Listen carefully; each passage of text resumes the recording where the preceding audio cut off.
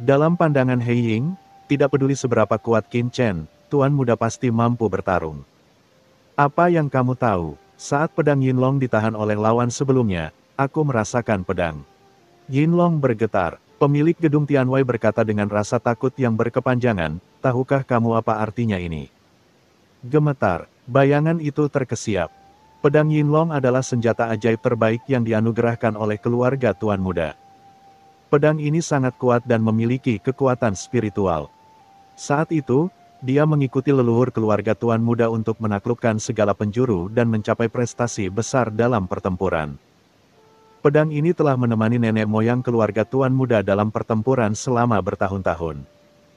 Pedang ini secara alami mengandung spiritualitas khusus dan dapat merasakan aura yang kuat. Orang kuat yang bisa membuat pedang Yinlong bergetar jelas merupakan keberadaan yang sangat menakutkan.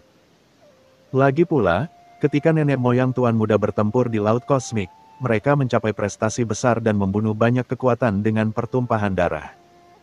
Bagaimana mungkin orang kuat biasa dipandang rendah oleh mereka? Tuan Muda, apakah Anda yakin pedang Yinlong bergetar? Bayangan hitam mau tidak mau bertanya lagi, apakah itu benar, seberapa menakutkan Qin Chen ini? Pedang Yinlong diberikan kepadaku oleh nenek moyangku dan telah dikomunikasikan denganku. Bagaimana aku bisa salah mengartikannya? Apa yang harus kita lakukan selanjutnya? Bayangan hitam itu bergetar. Jika sesuatu terjadi pada Tuan Muda di sini, dia akan bertanggung jawab atas kematiannya. Tidak takut, pemilik Aula Tianwei berpikir sejenak dan berkata, kalau begitu Qin Chen harus menjadi orang tertentu. Karena dia setuju untuk membiarkan kita tampil di depan semua orang, selama saya tidak terus memprovokasi dia, seharusnya tidak ada masalah. Terlebih lagi, saya juga memberinya 6 juta kristal kaisar, yang telah dikumpulkan oleh Menara Tianwei saya selama bertahun-tahun demi uang, dia tidak boleh memperlakukannya dengan buruk. Mari kita lanjutkan. Itu bagus. He Ying menghela nafas lega dan kemudian berkata, Tuan Muda, bagaimana kalau, ayo mundur. Tidak, Tianwei Master Bangunan menggelengkan kepalanya, ini adalah kota Nanyuan. Meskipun gedung Tianwei bukan apa-apa, namun bagaimanapun juga, gedung ini diperjuangkan oleh keluarga saya. Jika saya menyerah begitu saja, saya pasti akan kehilangan banyak poin di Dewan Tetua Keluarga. Jika saya ingin mengambil alih keluarga di masa depan, hampir tidak ada harapan. Pemilik gedung Tianwei, menempatkannya di sini adalah semacam ujian bagi keluarga Tianwei Tianhe. Seperti Saroye, akan mudah baginya untuk melakukannya. Langsung pergi, tapi ini juga berarti akan sangat sulit baginya untuk mengambil alih banyak kekuasaan keluarga di masa depan. Tapi Qin Chen, kata He Ying dengan gemetar. Dia benar-benar ketakutan ketika mendengar apa yang dikatakan Tuan Tianwei. Biarkan aku memikirkannya lagi, pikirkanlah, gumam Master Bangunan Tianwei, pikirannya mengalir.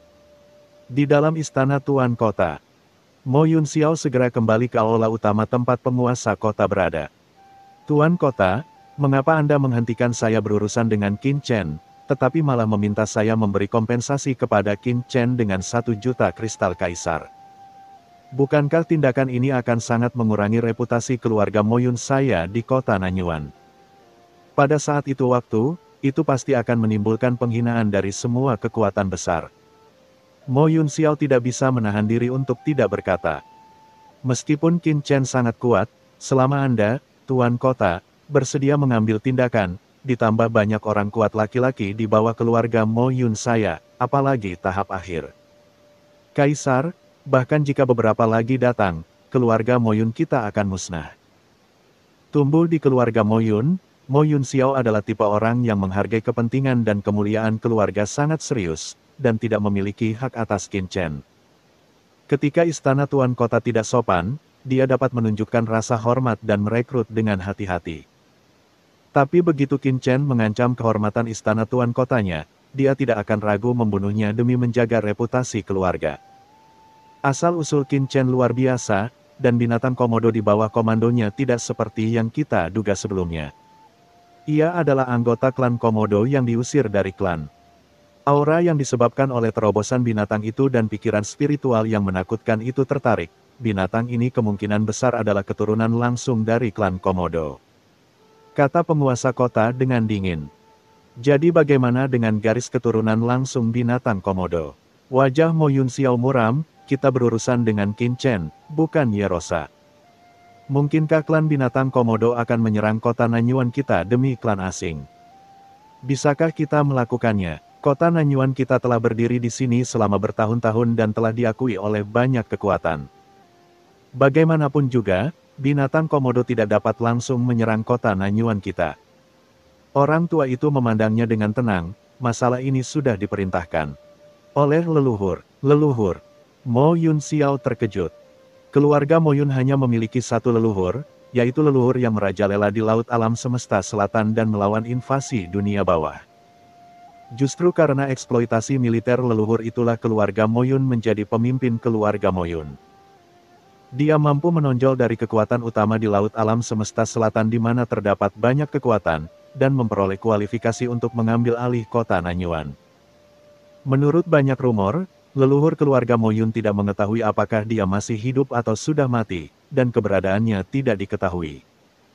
Tetapi Mo Yun Xiao mengetahui bahwa leluhur tersebut masih hidup dan berada di kota Nanyuan, dan telah mengasingkan diri di kota Nanyuan. Kota selama beberapa tahun ini. Ketika leluhur berbicara, itu adalah dekret kekaisaran seluruh keluarga Mo Yun. Mo Yun Xiao tetap diam, perintah leluhurnya lebih penting dari apapun di keluarga Mo Yun. Tetapi mengapa leluhur memberikan perintah seperti itu? Mo Yun Xiao bingung, dan segera mengertakkan gigi dan berkata, apakah kita akan membiarkan Qin Chen terus menjadi begitu sombong? Mo Yun Xiao, Anda harus mengingat dua hal. Pertama, bagaimana kita bisa memahami urutan leluhur? Kedua, sangat tidak nyaman bagi Qin Chen dan keluarga Mo Yun untuk melakukannya, jadi saya akan membiarkannya pergi. Saya memintamu untuk menantang pemilik gedung hari itu dan membiarkan Tian Waitian menghadapi Qin Chen, sehingga kedua belah pihak bisa bertarung satu sama lain. Tetapi saya tidak menyangka bahwa pemilik gedung hari itu begitu cerdik sehingga dia mengetahui maksud saya berencana dan lebih memilih menyerahkan Liu.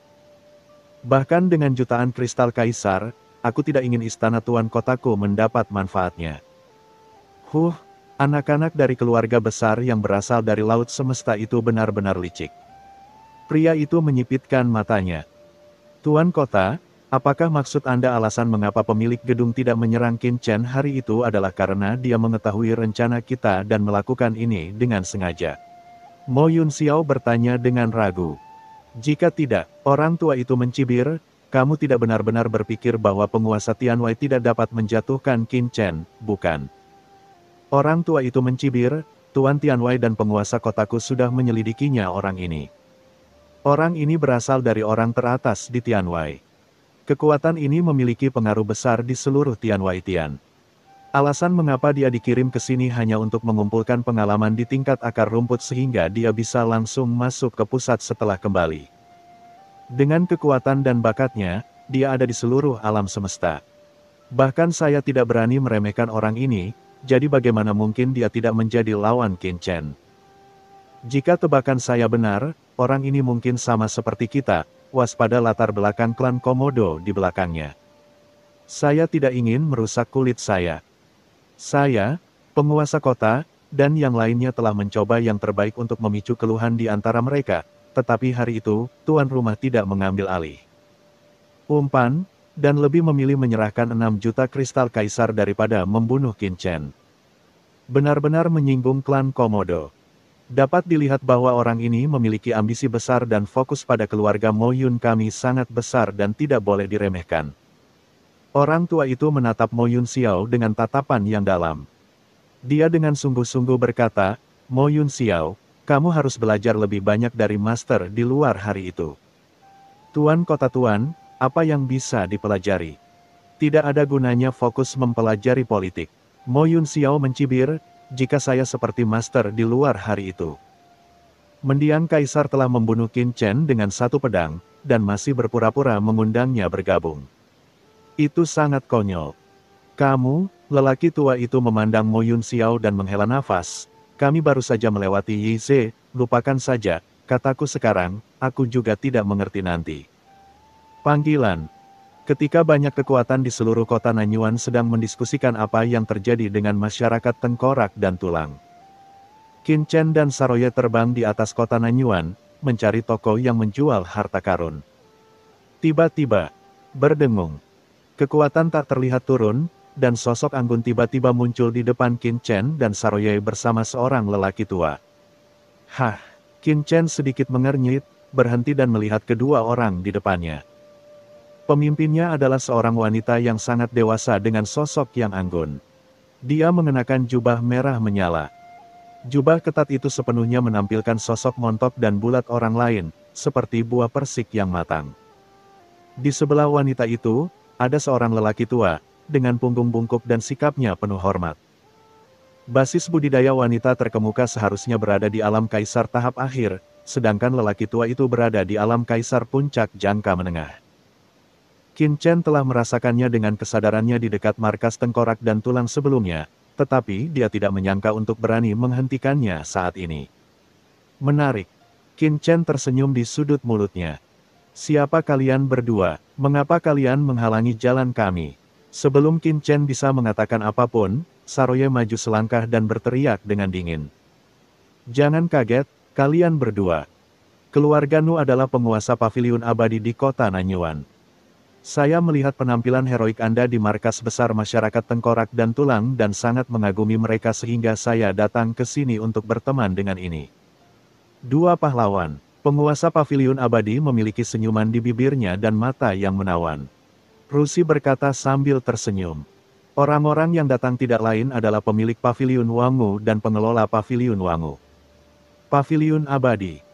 Ketika Saroye mendengar pihak lain mengumumkan nama keluarganya, awalnya wajahnya penuh kebanggaan, tapi sekarang matanya menyipit. Tuan, paviliun abadi ini adalah salah satu kekuatan teratas di laut semesta.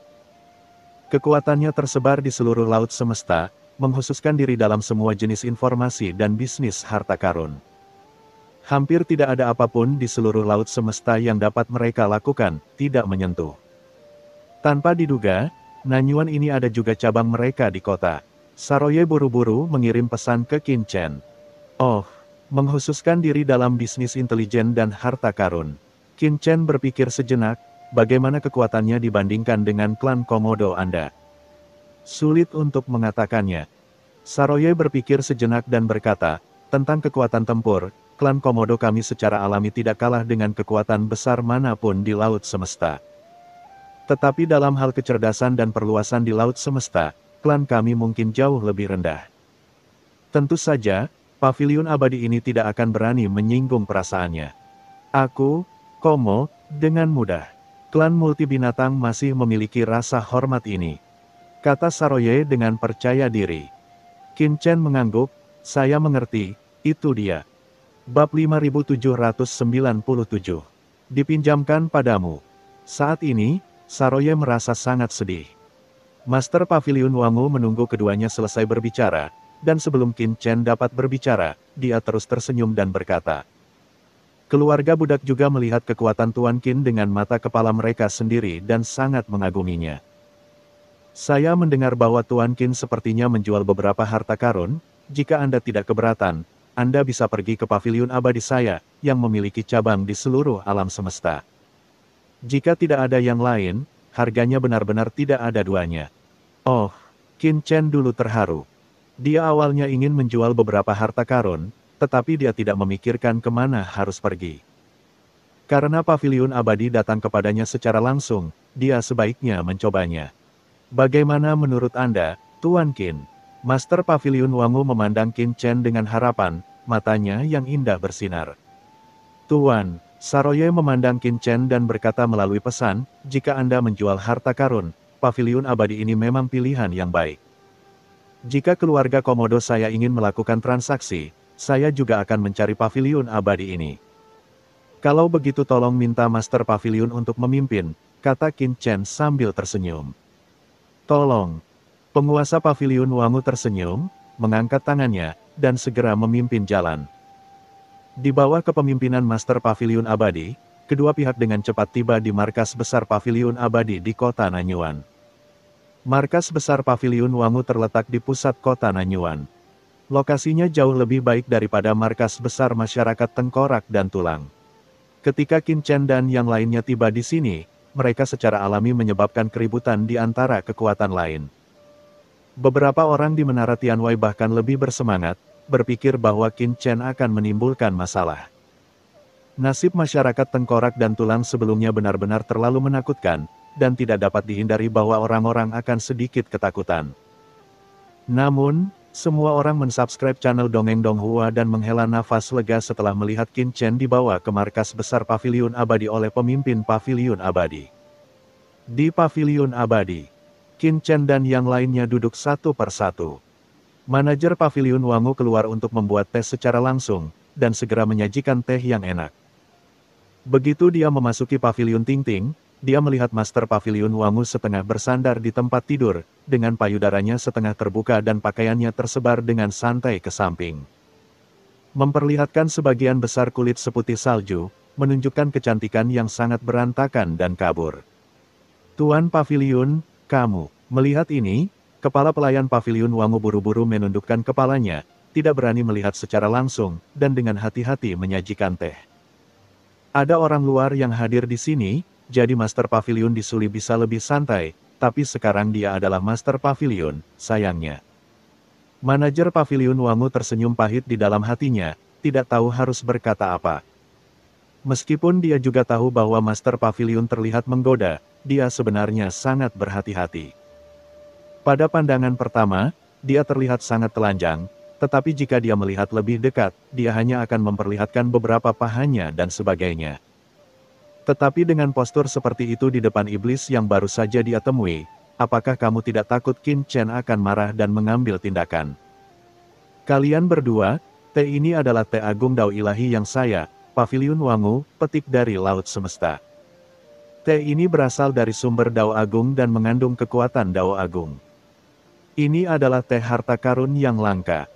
Kalian berdua dapat mencicipinya dengan hati-hati. Tuan Paviliun Wangu mengambil teh dan berkata sambil tersenyum. Dengan lambaian tangannya, dua cangkir teh muncul di depan Qin Chen dan Saroye. Dia membuka bibir merahnya dan menjilatnya dengan lembut di sepanjang tepi cangkir, menunjukkan godaan yang tak ada habisnya. Ya Tuhan! Mata Saroye membelalak saat melihat ini, dan dia buru-buru menundukkan kepalanya seperti manajer Paviliun Wangu. Wanita manusia ini terlalu berani. Faktanya, begitu dia dan pelayan Qin Chen sebelumnya masuk, Master Paviliun Wangu berbaring tepat di depan mereka, membuatnya tertegun. Jangan melihat sesuatu yang tidak pantas. Saroye menundukkan kepalanya dan buru-buru meminum teh Dao Shen di mulutnya.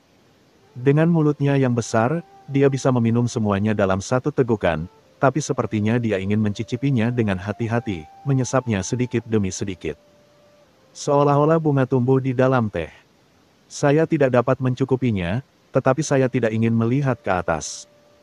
Dapat dianggap sebagai Jianghu tua.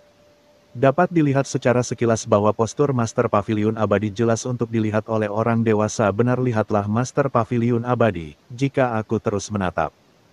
Bukankah itu akan membuat orang dewasa tidak bahagia? Qin Chen mengabaikan isyarat dari Master Paviliun Abadi dan menyesap tehnya. Aroma jalan yang kaya langsung memenuhi tubuhnya. Dia tidak bisa menahan diri untuk tidak mengangguk dan berseru, ini teh yang sangat enak.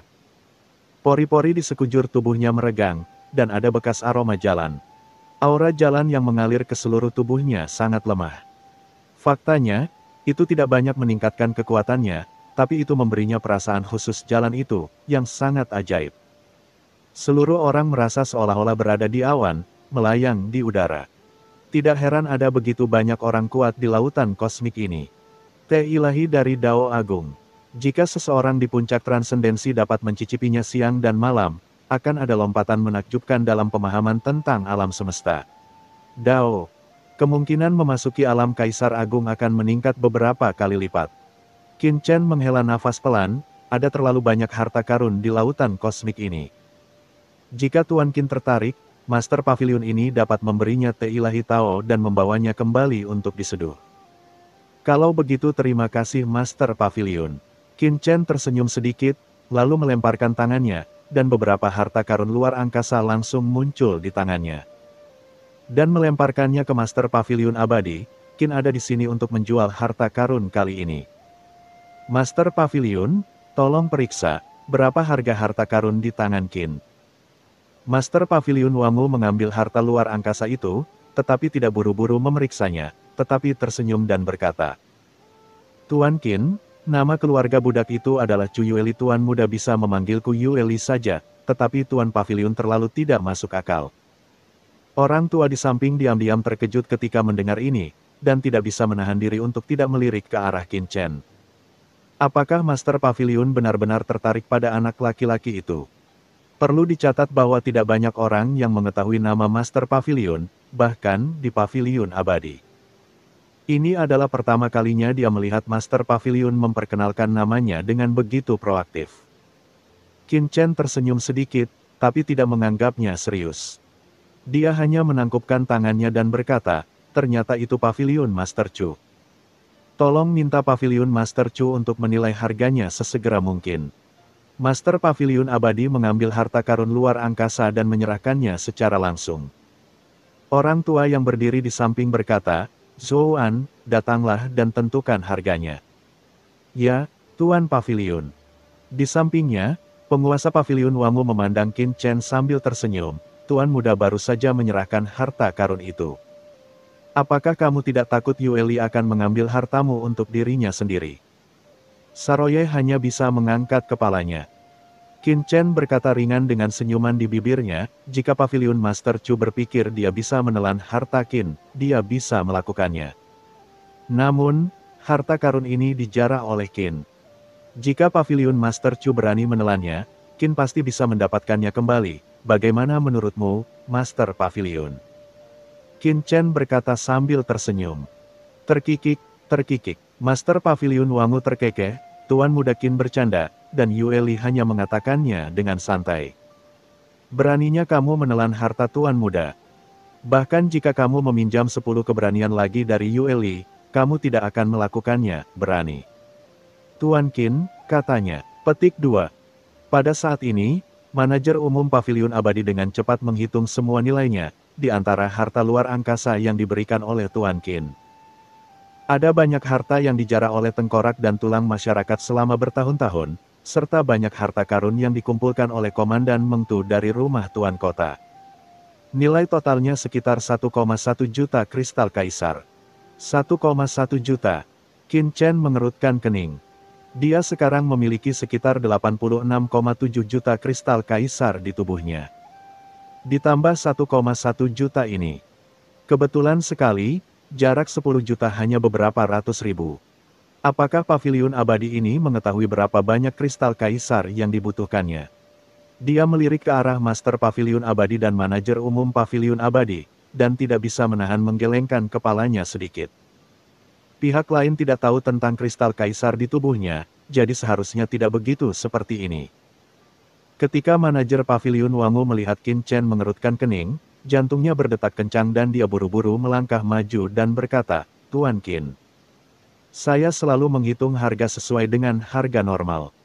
Saya adalah anak yang lugu dan saya pasti tidak menghitungnya, tidak sengaja menurunkan harganya. Aku akan melakukannya, coba lihat. Master Paviliun Abadi mengambil harta ruang angkasa dan menggeseknya dengan ringan, menunjukkan tampilan yang jelas. Itu dia. Saat dia mengatakan itu, dia melihat di Qin Chen dan berkata sambil terkekeh, Tuan Qin, Zhouan.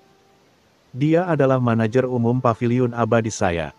Dia bertanggung jawab atas banyak hal di Paviliun Abadi saya. Dia paling tahu harta karun itu. Memberikan tawaran seperti itu adalah bahwa harga jual normal harta karun selalu lebih tinggi daripada harga beli. Jauh lebih rendah. Kedua, harta karun di luar angkasa Presiden Zuo School adalah sumber daya yang dijarah oleh masyarakat tengkorak dan tulang selama bertahun-tahun jumlahnya besar. Tetapi nilainya mungkin tidak terlalu tinggi, sehingga sangat sulit untuk menjualnya. Mungkin tidak banyak kekuatan di kota Nanyuan yang dapat dengan mudah mengambil alih harta karun ini dan menjualnya. Meng Tuo adalah seorang jenderal di bawah komando istana Tuan Kota. Harta karunnya, bahkan jika mereka takut dengan kekuatan Tuan Qin, pasukan umum. Saya tidak berani mengambilnya dengan mudah, jadi saya, Paviliun Wangu, bisa memakannya dengan mudah. Jadi harganya sangat masuk akal. Jelas Master Paviliun Wangu.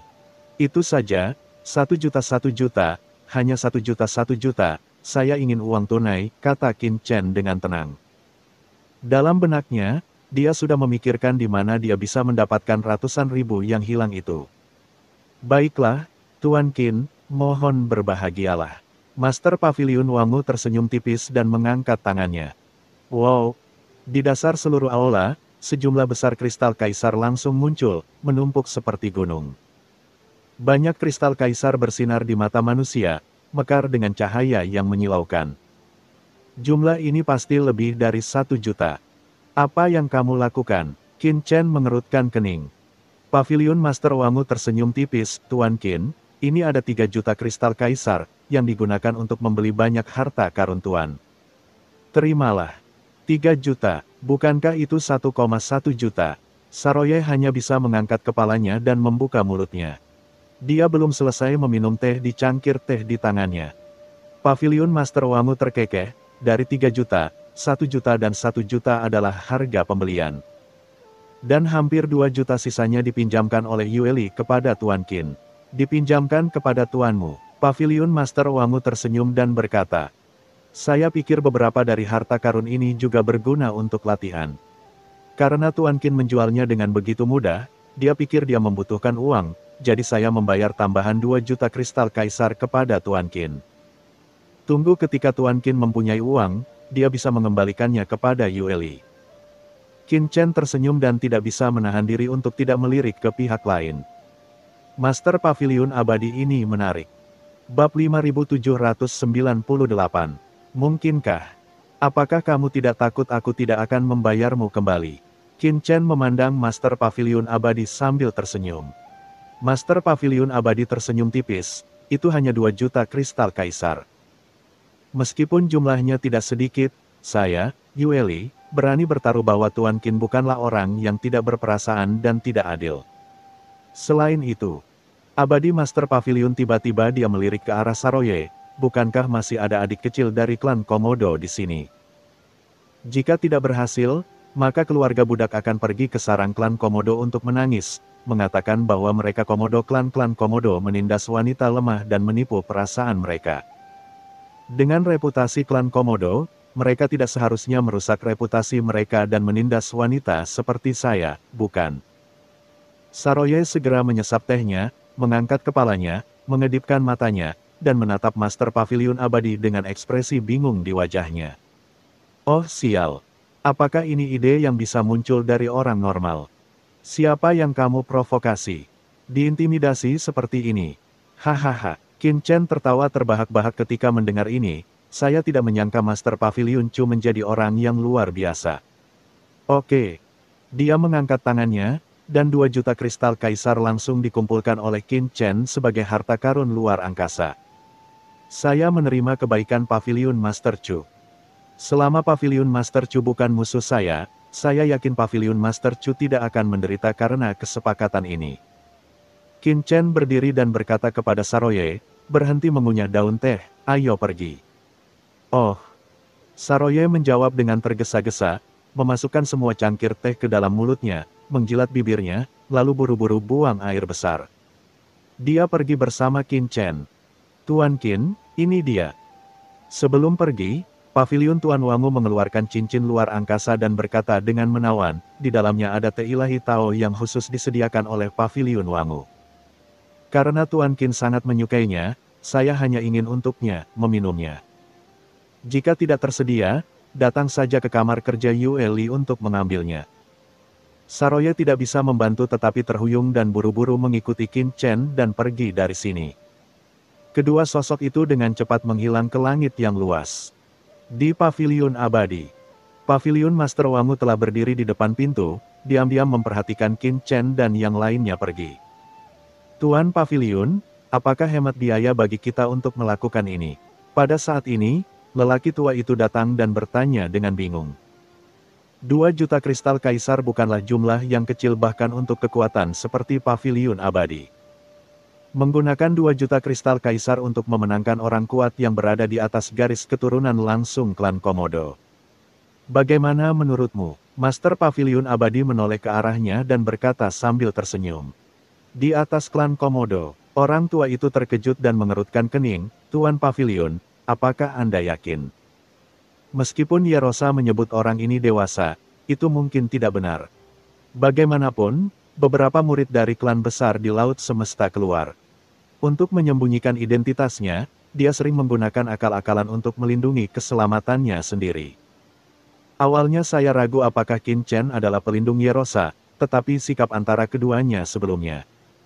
Anda juga telah melihat, Master Pavilion Abadi menyipitkan matanya, saya yakin sikap Yerosa terhadap Qin Chen berasal dari lubuk hatinya. Bahkan rasanya seperti seorang pelayan menghadap tuannya.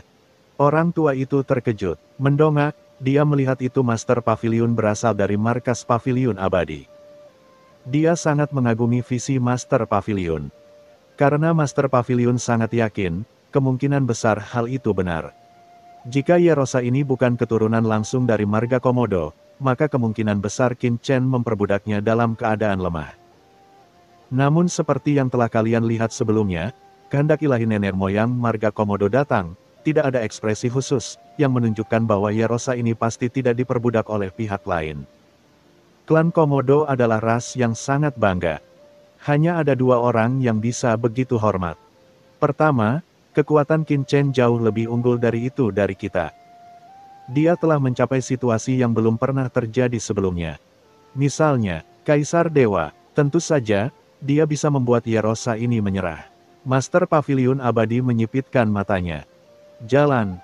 Dewa Kaisar, orang tua itu tersentak, tetapi segera menggelengkan kepalanya, tidak mungkin.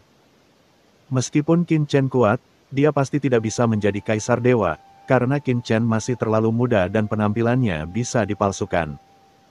Tetapi karisma di tubuhnya aura waktu tidak dapat dipalsukan. Begitu Kaisar Dewa Muda lahir di Laut Kosmik, mustahil bagi mereka untuk tidak mendengarnya.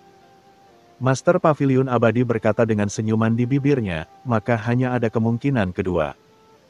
Yaitu pihak lain tidak hanya sangat berbakat, tetapi juga memiliki latar belakang yang besar. Bahkan klan Komodo pun takut padanya. Orang tua itu bahkan lebih terkejut lagi. Latar belakang yang bahkan ditakuti oleh klan Komodo. Mungkinkah itu berasal dari kekuatan kuno itu? Gumam lelaki tua itu. Klan Komodo sudah menjadi salah satu kekuatan teratas di seluruh Laut Kosmik, baru saja melampaui klan Komodo dalam hal latar belakang. Hanya beberapa kekuatan tertua yang dikabarkan memiliki kemungkinan ini, tetapi kekuatan kuno ini, apalagi orang biasa, bahkan dia tidak memenuhi syarat untuk menanyakan atau menghubungi mereka.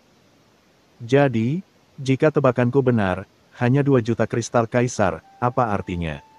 Master Pavilion Abadi tertawa, lagi pula, pernahkah kamu mendengar satu kalimat? Kamu punya lebih dari cukup uang untuk memberikan mawar, karena pihak lain sangat membutuhkan kaisar kristal, kedaulatan pavilion ini pasti melakukan hal yang baik. Tuan Pavilion itu bijaksana. Orang tua itu langsung terkesan. Master Pavilion Wangu meliriknya dan berkata, sanjungannya cukup bagus kali ini. Ngomong-ngomong, bukankah menurutmu Master Pavilion ini cantik? Ah! Orang tua itu tertegun, buru-buru menundukkan kepalanya dan berkata, cantik, tentu saja Master Pavilion. Sangat cantik. Tetapi mengapa Tuan Qin tidak melihat ke arahku? Master Pavilion Wangu bergumam, jika tidak, Master Pavilion ini dapat menggunakan trik kecantikan untuk menarik perhatian Tuan. Perhatian Qin. Apa pendapat Anda tentang Tuan Qin? Tidak apa-apa, Tuan, saya bisa mencobanya lain kali. Tuan Pavilion, Anda tidak boleh melakukannya, teriak lelaki tua itu karena takut. Mengapa tidak? Tuan Pavilion, tolong jangan menakuti budak tua ini. Tuan Pavilion, Anda tidak bersalah dan murni, dan Anda belum menikah. Klan telah meminta saya untuk menjaga Anda dengan baik. Jika Anda kehilangan milik Anda Yuan Yin di kota Nanyuan dan kembali ke klan, ketua klan tidak akan membunuhmu. Kamu tidak bisa melakukannya. Orang tua itu sangat ketakutan hingga dia berkeringat deras. Tuan Pavilion, bawahanku memiliki hati yang buruk, tolong jangan menakuti saya. Hah, membosankan. Master Pavilion Wangu memarahi tanpa daya, dengan ekspresi kerinduan di wajahnya.